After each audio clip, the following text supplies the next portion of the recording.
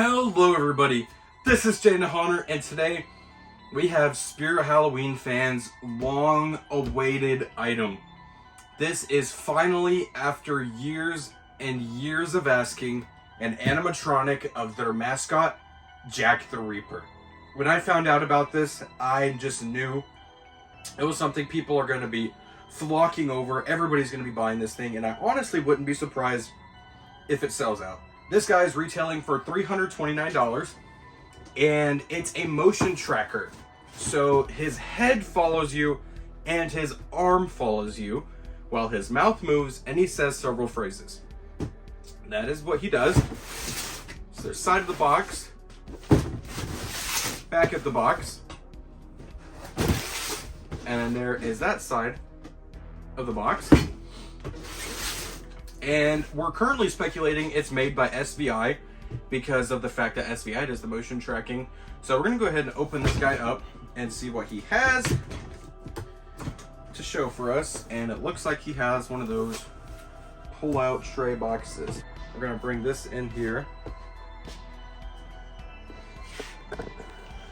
Lower the camera for you guys so we can see everything and unbox them together. So right off the bat here, we have his scythe, which does have some blood on it. I'm kind of surprised to see that there is some blood on it. Not a whole lot, not really great blood, honestly. But it's hard plastic. Looks great, nicely sculpted, and just by the letters alone, I can tell this is SVI. So we're gonna see how this is. His costume, the costume got some weight to it. From the looks of it, it seems to be pretty nice quality. It is multiple layered, so we'll get that out and show you everything in a bit. Everything in here is zip tied together. Okay, let me see. Let me get my knife back out. Okay, so this is going to be some pulls and a really big, thick stabilizer there. These are square tubed poles, and they've also got wing nut connections to ensure it stays together well, which is awesome. Not many. That's got a really big slot there, so that's going to be really stable. That's awesome. I really like that they did that. That's just an empty piece of cardboard. I don't see his head. I don't know where his head is. It's hiding in here somewhere. We'll get to it in a second. So here is a hand, and the hand, hard plastic. Really nice, and as you can see right there, his hand has the camera in it. The camera that tracks you. Plug in, and it's also got a cotter pin. Set that aside over here, because that's going to be a very crucial part to him. This is, oh wow, these are his arms. I assume this is his arm. It looks like, are these his arms? Yeah, it feels like those are his arms. So, well, we'll get to it in just a second, but looks like he has square tubed arms and not just the fork connector arms. There's that. There's some cardboard, adapter, 5.9 volt to amp, another pole. Whatever the heck this thing is, that is a very strange looking piece. So that's there. And yeah, you can definitely tell this is SVI. A strange part. I've never seen a connector like that before. Cotter pin, but it's clearly an arm down there. So we'll see how that is. And then here is the whole frame. Oh my gosh, there's a lot of stuff going into this. This is completely different connectors than what I'm used to. So this is the whole assembly. This is obviously the motion tracking for his head. And there's this gigantic gear track mechanism in here. That is, oh, I see how that goes now. Okay. So one of his arm slides all the way through in here and then out the other, and then probably attaches with a cotter pin. But we'll see in the instructions. Don't quote me on that. But yeah, there's some cardboard there. Protect his arm. And again, I've touched on this in other videos, but I love that Spirit has started adding this here to protect the control boxes in shipping. If I can get this off like that. This protects the control boxes in shipping to ensure that they don't arrive damaged, because sometimes in shipping, these volume knobs do get broken off, and I'm glad that they've started going that extra precaution, and I really wish that every company would start taking that precaution. I'm going to leave the rest of those parts in there. We don't really need to see those. I want to get to his head, which I have found. It's over here. Before we get to his head, here's another hand that his scythe is going to go through. That there, and then we're going to do, I just dropped his hand. We're going to do grand reveal for his head. I have it looking away from me. Looking away from me. Okay, I'm going to show you guys first. Okay, that is what his head looks like. This looks awesome. Oh my gosh. Okay, I'm very excited for this. Mouth, some weird cloth. And there, I guess, just to fill in the gap. But yeah, his mouth moves. Oh, this is going to be so cool. Okay, I'm very excited for this. So I'm going to get all his parts laid out, make sure I have everything, make sure you have everything, and we'll get to his setup. Here's everything that Jack the Reaper comes with. You have his base with several various stabilizers coming from it. The whole control box motor assembly that will have, of course, the control box, the shoulder frame, the head tracker motor, and the arm tracker motor. You'll have his scythe, 2 parts of wireframe that will fill out his body, his one arm, another arm with the wiring, his 2 hands, left and right, the baggie with the motion tracking technology info sheet and the instructions, the adapter, the bag with the costume, 3 poles labeled B, C, and D, a stabilizer, and his head. One thing that is very important to note is that some of the cotter pins did come loose in shipping. They will be loose in the box, like so. I have a couple of them that were just loose in the bottom of the box, and as I was pulling the parts out, some of them were also flying out. So I definitely recommend that when you're opening this animatronic, you do it in a nice, big, clean, open space, so that way if you do have a couple cotter pins come off, it is very easy to find them. Let's get to a setup. Your first step is going to be snap locking your pole labeled B into the base and attaching all of the various stabilizers and securing them in place with your cotter pins. Now we're going to attach the next pole. Next, you're going to attach your pole labeled C, and now this would be a great time to go ahead and tighten the wing nut, securing our B pole to the base and securing our C pole to pole labeled B. Now we are going to locate our part labeled J, and that is going to snap lock into our C pole in this arm sticking out off the side. Next, go ahead and slide the left sleeve on over your current J assembly, and then we're going to locate our pole labeled D, slide our hand on over it. I have it already done right here. Our hand labeled N on over it, and then set your scythe part up on top of it, and then this is going to snap lock into there, like so. You're going to pull your hand down and attach the Velcro strips around the wrist. After spending a just unbelievable amount of time, you're going to go ahead and snap lock your whole torso assembly to your part labeled J over here, and I still don't know if this is right. It may not be right. I'm just lost. I've never used the instructions on it to set up an animatronic. It has probably been 8 years. It is very, very easy to always figure these out, but the instructions, I mean, maybe it's clear to y'all. It's not at all clear to me, but I assume that this part labeled F is going to cotter pin up here and then run through the costume and cotter pin through the Velcro strap right here. And then you pull up over the costume.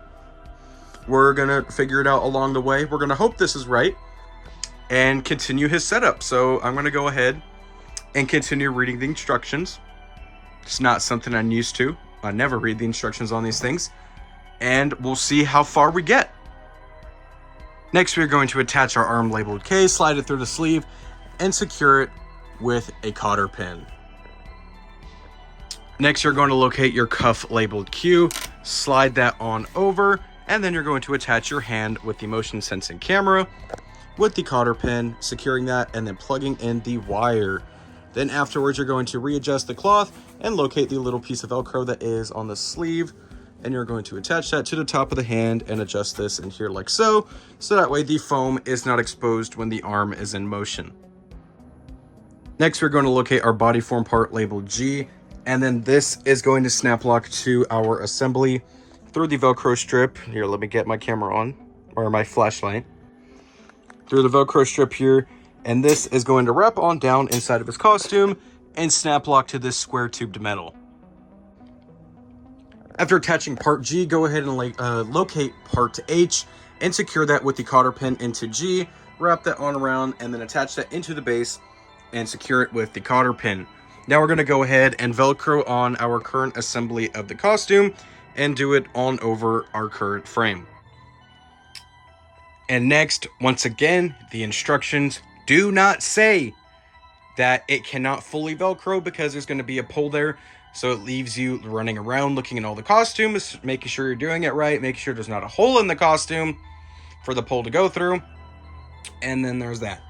But this is our current assembly. And then you've got it all Velcroed all the way around. It's still got to get resituated up here. I just gave up there because of how difficult it was to comprehend what it was saying to do with this stabilizer that does end up still sticking out. But now we're going to go ahead and attach his shaw, labeled R, and then his head. After attaching his shaw and his head, go ahead and put on his hood, plug in both of his wires that are coming from the arm and his head, and then we're going to go ahead and plug in his adapter, test him out, and watch him go. Okay, I have this set up to where you can see my shadow going back and forth around here. Because I don't want to block the camera, but you should be able to see my head moving around. So you can see that he's like actually following me. That he doesn't have any preset movements. He like actually will only move if he is locked onto a person. So I'm going to go ahead and plug him in and demonstrate that motion tracking for you guys. You can never. Okay, he's locked on me right now. You can see the shadow in the bottom corner moving. That's where my hand is. I'm going to walk around. You don't even have time to scream. See, he's still staying with me. I see you. I follow you around every You can't really see my shadow here, but I'm leaning side to side, and he is staying on me pretty well. And turn your dreams into nightmares. This definitely seems to be an improved sensor to what Nibbles was. Nibbles was the first run of these motion trackers, and he had a lot of issues. Mine didn't exactly work the greatest, but Jack works incredible. He is staying on me really well. It specifically says it will not stay on very fast movements, but I'm moving pretty quick, but not like so fast it wouldn't be able to pick me up.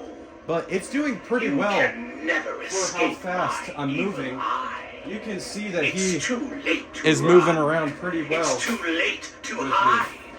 You don't even have time. So now I'm going to go ahead and stop talking, and then I'm going to let you guys hear all of his phrases. I see you. I follow you around every dark corner. Creep along with the monsters under your bed and turn your dreams into nightmares.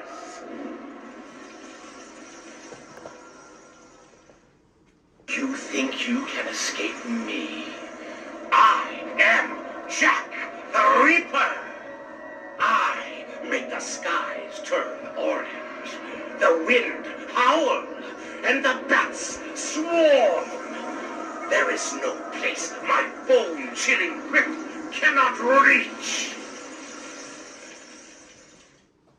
I can see straight into your soul. You can never escape my evil eye. It's too late to run. It's too late to hide. You don't even have time to scream.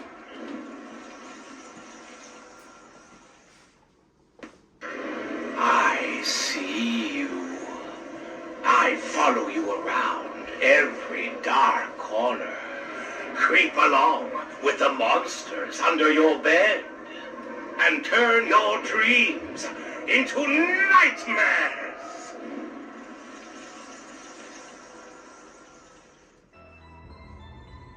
And that, ladies and gentlemen, is the new for 2025 7.5 foot tall Jack the Reaper animatronic from Spirit Halloween.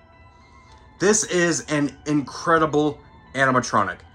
It is made very well. It looks just like Jack the Reaper, Spirit Halloween's mascot. This is an absolute must-have for fans. Spirit Halloween is marketing this as a collector's item. So to me, it is more of a novelty, not exactly much of just a Halloween decoration. It's more of just like a novelty and collector's piece to me. However, we collect donations for the Spirit of Children every single year and donate that with Spirit Halloween. So when I saw this guy was coming out, I absolutely had to have this animatronic to go with my Spirit of Children donation table this season. He is amazing. It's made very well. I am very impressed with how it was made, but I am very disappointed with how the instructions were written. This thing took me 2 hours to put together. That is ridiculous. This costume, I don't know if my brain is just fried. I worked 10 hours today.